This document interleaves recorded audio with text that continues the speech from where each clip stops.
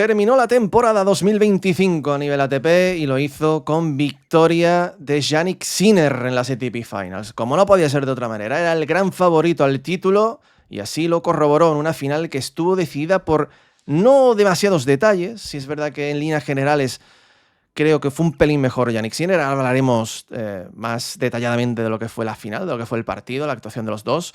Pero Magic demostrando el italiano una vez más por qué es el mejor en esta superficie. Si podíamos decir que Carlos es el rey de la tierra actual, Jannik Sinner es el rey de la pista Dura Indoor. 31 victorias seguidas en esta superficie.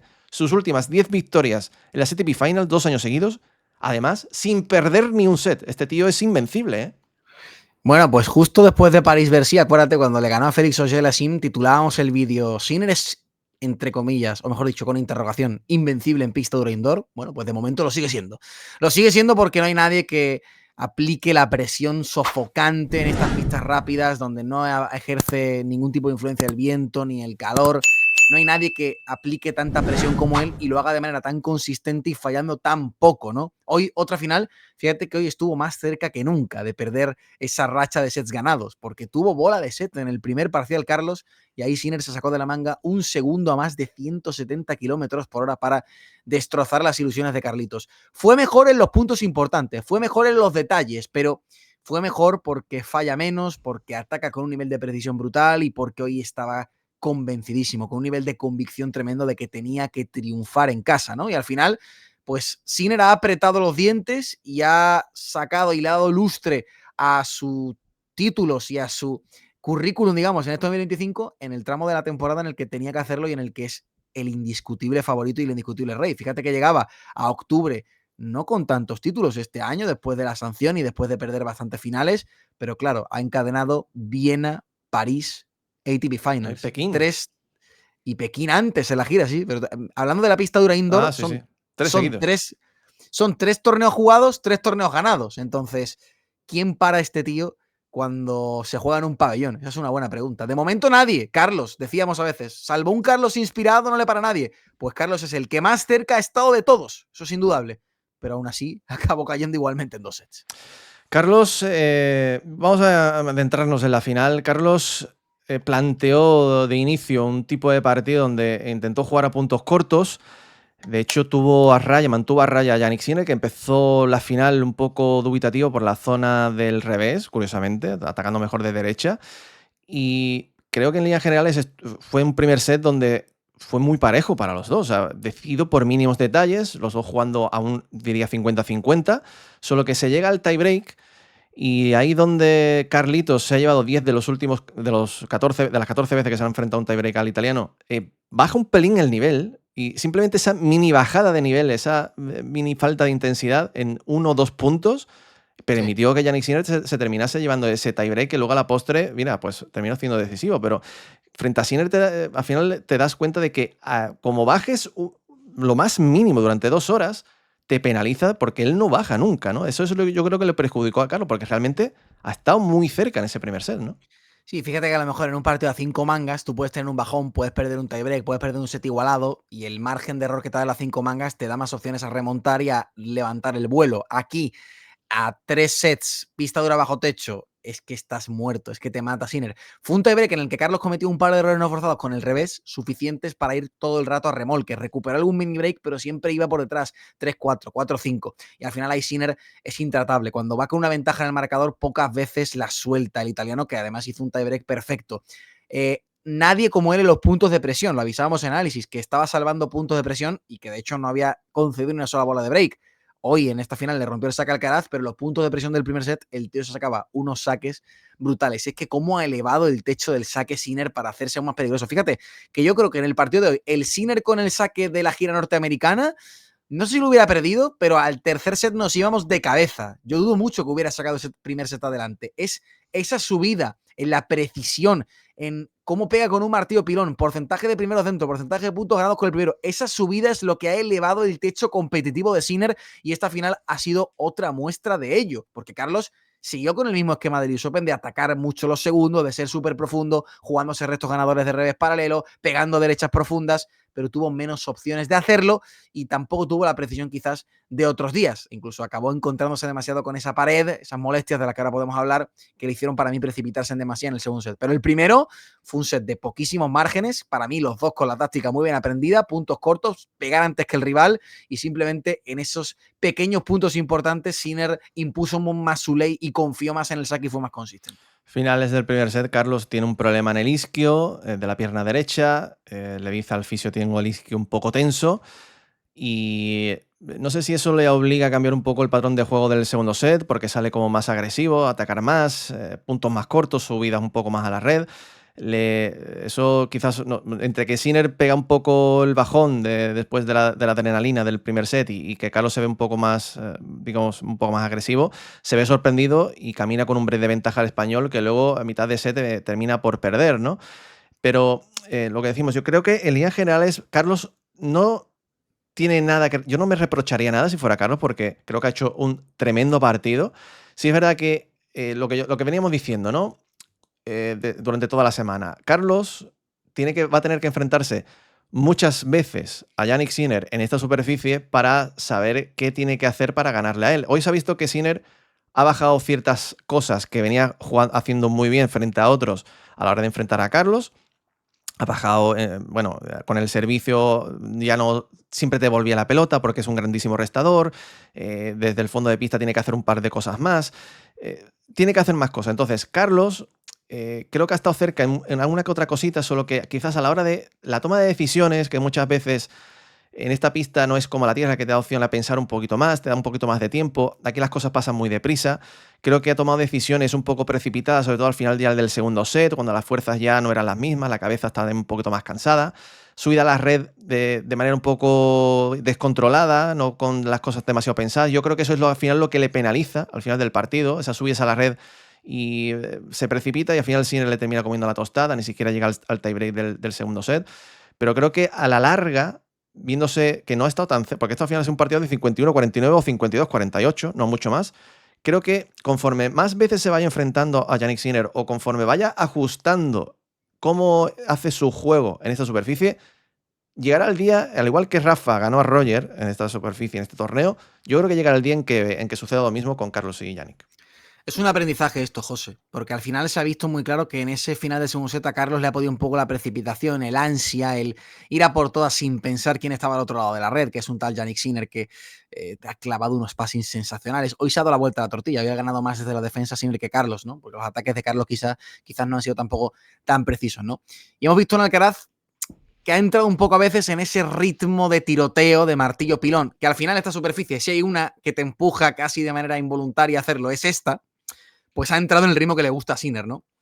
Con un margen muy pequeño, o sea, al final ha sido un partido muy igualado. Carlos se siente cómodo, Carlos puede jugar ahí, pero es verdad que si solo se juega eso, quizás la mayoría de partidos caigan del lado de Sinner y más en esta superficie que tan bien le viene, ¿no? Al italiano. Entonces, es cuestión de ajustar y es cuestión de aprendizaje. Yo recuerdo que Nadal perdió finales contra Djokovic en la Copa de Maestros aquí, en la que estaba muy cerca y uno veía, ostras, llega el momento en el que le gane, ¿no? Con Federer pasó lo mismo, ¿no? Y las secciones que tienen una década por delante para desafiarse, para seguir retroalimentándose. Y al igual que Sinner, quizás le vino un poco pronto. Y fíjate que tuvo antes, quizás Carlos si hubiera tenido otro partido en pista dura bajo techo antes de esta final contra Sinner, como lo tuvo Jannik en Roma contra Carlos, a lo mejor esta final lo hubiera afrontado con más convicción en qué hacer y no ponerse tan nervioso en según qué momentos, ¿no?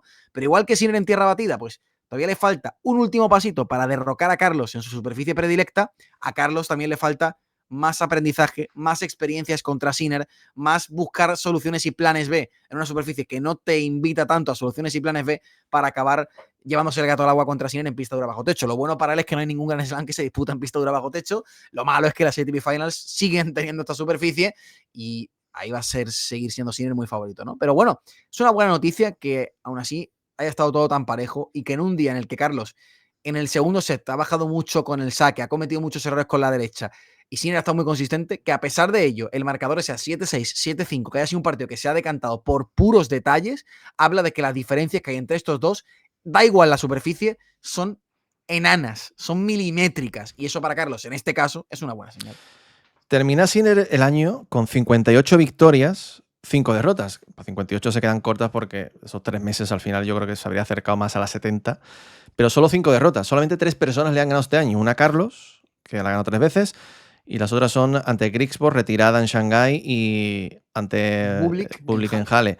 Halle. Más allá de eso, que son. Fíjate, Sinner juega este año 1, 2, 3, 4, 5, 6, 7, 8, 9, 10, 12 torneos. De los 12, solo en 10 de ellos ha llegado a la final.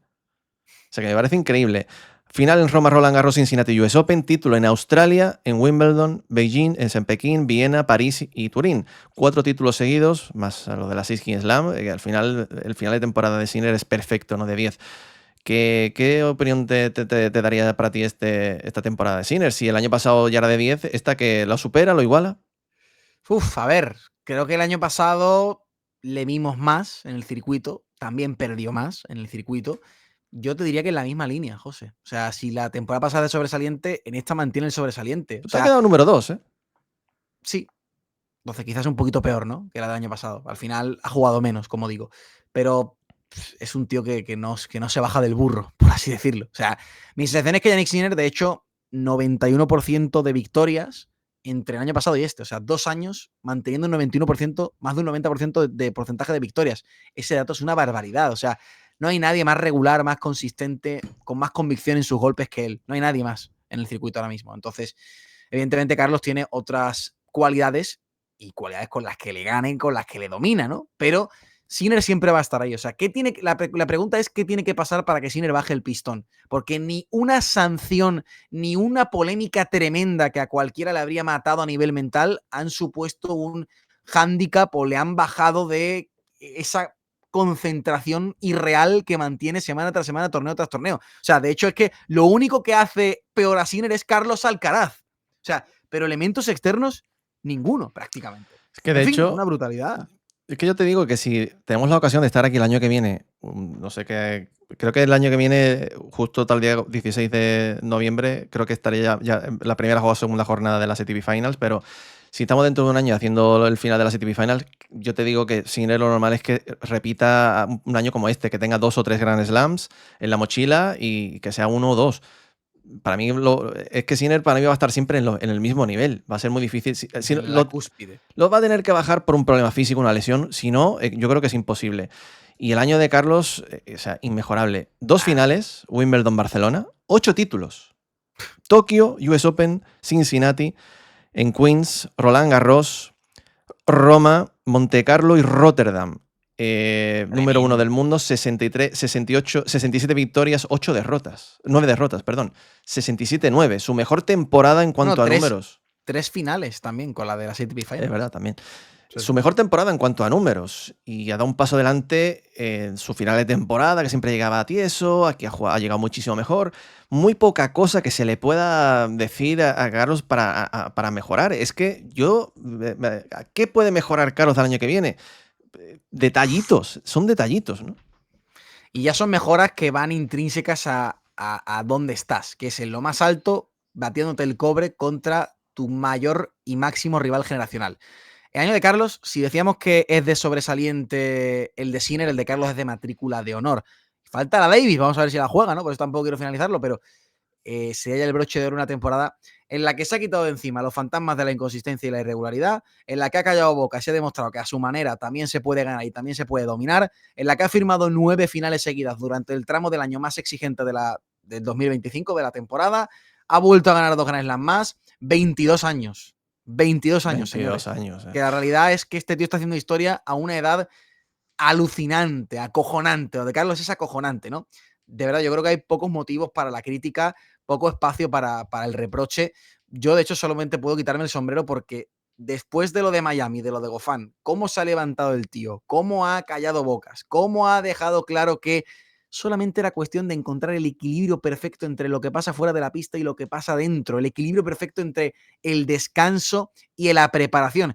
Y lo ha encontrado a los 22 años, que es lo que tiene el mérito. Era cuestión de tiempo. Hemos visto al Carlos 3, 4.0 y hay que estar muy feliz, José.